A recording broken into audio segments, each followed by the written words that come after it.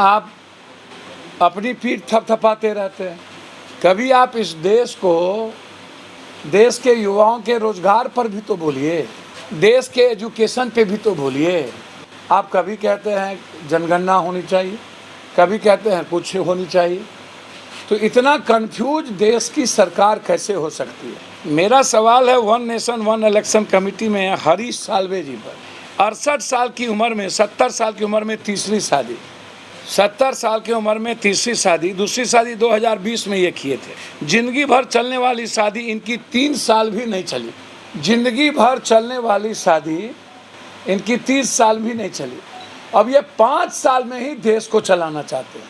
आप कभी अरविंद केजरीवाल को गाली देते हैं, कभी अखिलेश को आप गाली देते हैं, कभी उद्धव ठाकरे को गाली देते हैं, कभी आप स्टालिन को गाली देते हैं। इन लोगों का जो बीजेपी का जो सनातन है वो दलित विरोधी सनातन है, वो अत्यंत पिछड़ा विरोधी सनातन है, वो पिछड़ा विरोधी सनातन है। और जो ऊंची जात के लोग सनातन को मानते हैं, कट्टरपंथ को नहीं मानते हैं, वो विरोधी हो जाता है। ये सब के सब बहरूपिये पहले ही स्क्रिप्ट लिखा जा चुका है। वन नेशन वन इलेक्शन जो देश के संघीय व्यवस्था पर एक बड़ा चोट है, जो देश के संवैधानिक दायित्व पर एक बड़ा चोट है। और जिस तरीके से आप हमेशा कभी जाति जनगणना के खिलाफ हो जाते हैं, 3 बार जाति जनगणना के सवाल पर आपने अपना हल्फनामा सर्वोच्च न्यायालय में बदला है। यह डर क्या दिखाता है? देश में जो दलित हैं, आदिवासी हैं, निषाद है, केवट है, मल्लाह है, शर्मा है, तांती है, चंद्रवंशी है, नोनिया है, कहार है, कुम्हार है, राम है, पासवान है, केवट है, भींड है, धानुक है, शाह है, चौधरी है, कलवार है।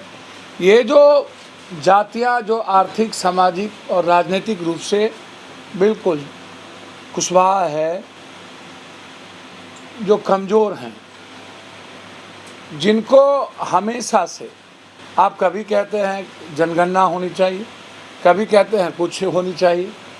तो इतना कंफ्यूज देश की सरकार कैसे हो सकती है?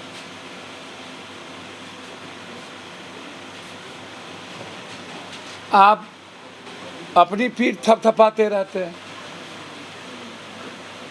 कभी आप इस देश को, देश के युवाओं के रोजगार पर भी तो बोलिए, देश के एजुकेशन पे भी तो बोलिए, देश के महिलाओं की सुरक्षा पर भी तो बोलिए।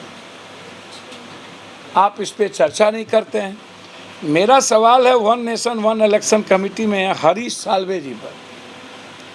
68 साल की उम्र में, 70 साल की उम्र में तीसरी शादी, 70 साल की उम्र में तीसरी शादी, दूसरी शादी 2020 में ये किए थे। जिंदगी भर चलने वाली शादी इनकी 3 साल भी नहीं चली। जिंदगी भर चलने वाली शादी इनकी 30 साल भी नहीं चली। अब ये 5 साल में ही देश को चलाना चाहते हैं। हम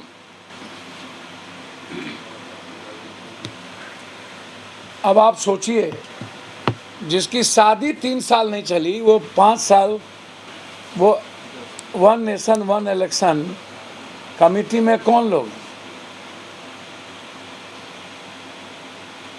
जिन्हें देश के सामाजिक सांस्कृतिक ज्ञान ही नहीं है, जो कमेटी में हैं, ये सब के सब बहरूपिये पहले ही स्क्रिप्ट लिखा जा चुका है। इन लोगों को स्क्रिप्ट दिया जा चुका है।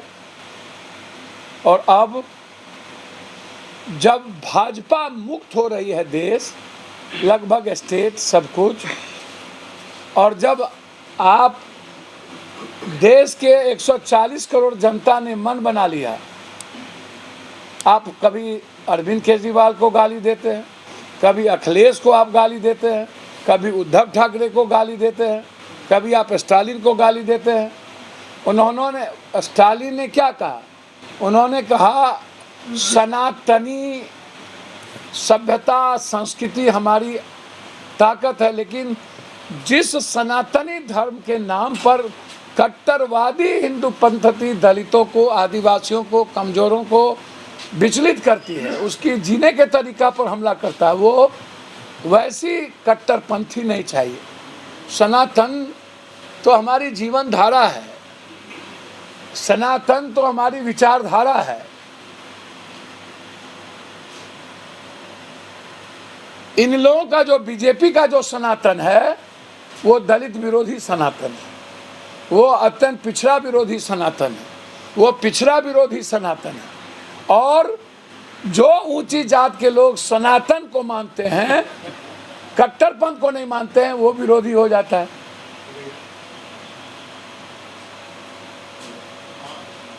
इसलिए ये सिर्फ नफरत पैदा करने वाले हिंदू हैं। देश की संविधान, कानून, लोकतंत्र पर चलने वाले जो हिंदू हैं वो सनातनी हैं, जिसकी संख्या लगभग 95, 96, 97% है। उन्होंने ये बात कही और हम लोग बिल्कुल हिंदुस्तान की 140 करोड़ लोग दूसरों के विचारों का, दूसरों के धर्म का, दूसरों के प्रतिष्ठा का, दूसरी जाति के सम्मान का ख्याल रखते हैं, इसीलिए हम सनातनी हैं। जो दूसरों के धर्म को गाली देता है, जो दूसरी जाति को गाली देता है, जो दूसरी विचारधारा को गाली देता है, जो दूसरों की जिंदगी को कोलैप्स करता है, जो इंसानियत के दुश्मन हो जाए, वो कभी सनातनी हो ही नहीं सकता। ये देश के प्रधानमंत्री जी से आग्रह करूंगा, फिर से मैं उस बात को दोहराऊंगा, right of work, right of job. मैंने उस दिन भी कहा था, आज भी कह रहा हूं, यदि किन्हीं को लगता हो कि पप्पू यादव कैसे रोजगार दे देंगे, मैं एक दिन में, 2 दिन में नहीं, बांग्लादेश जब अपने बैंकिंग सिस्टम से अपने देश को रोजगार दे सकता है, इजराइल एक छोटा देश जब हर व्यक्ति की इकोनॉमी बढ़ा सकता है, तो पप्पू यादव भी अपने देश के हर घर को रोजगार दे सकता है। उससे ज़्यादा हमारे पास हुनर है, उससे ज़्यादा हमारे पास स्किल है, उससे ज़्यादा हमारे पास स्टार्टअप है, लेकिन इच्छा शक्ति नहीं है, हमारी नीयत नहीं है। आप किसी भी सरकार को मैं चैलेंज करता हूं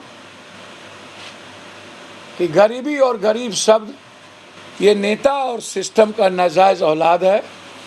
ये किसी भगवान और किस्मत भाग्य के कारण नहीं आया है। नेता की नीयत और इच्छा शक्ति सुधर जाए तो गरीबी और गरीब दोनों शब्द खत्म हो जाएंगे।